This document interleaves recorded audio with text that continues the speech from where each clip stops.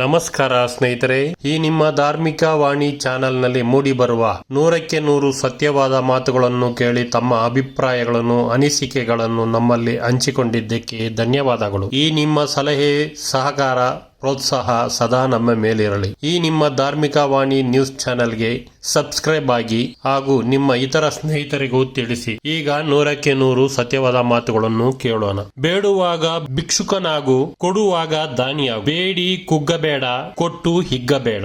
ಜೀವನದಲ್ಲಿ ಹಣ, ಆಸ್ತಿ, ಅಂತಸ್ತು, ಐಶ್ವರ್ಯ ಇವೆಲ್ಲವನ್ನು ಎಷ್ಟು ಬೇಕಾದರೂ ಸಂಪಾದಿಸಬಹುದು. ಆದರೆ ಪ್ರೀತಿ, ವಿಶ್ವಾಸ, ನಂಬಿಕೆ ಗಳಿಸುವುದು ಅಷ್ಟು ಸುಲಭವಲ್ಲ.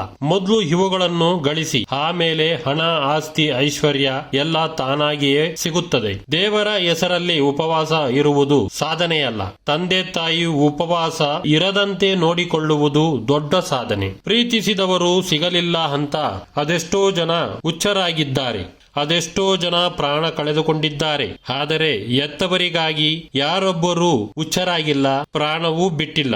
ಒಲವಿಗೆ ಸೆಳೆತ ಜಾಸ್ತಿ, ಎತ್ತವರಿಗೆ ಮಕ್ಕಳೇ ಆಸ್ತಿ. ಜೈ ಹಿಂದ್, ಜೈ ಕರ್ನಾಟಕ. ನಮಸ್ಕಾರಗಳು.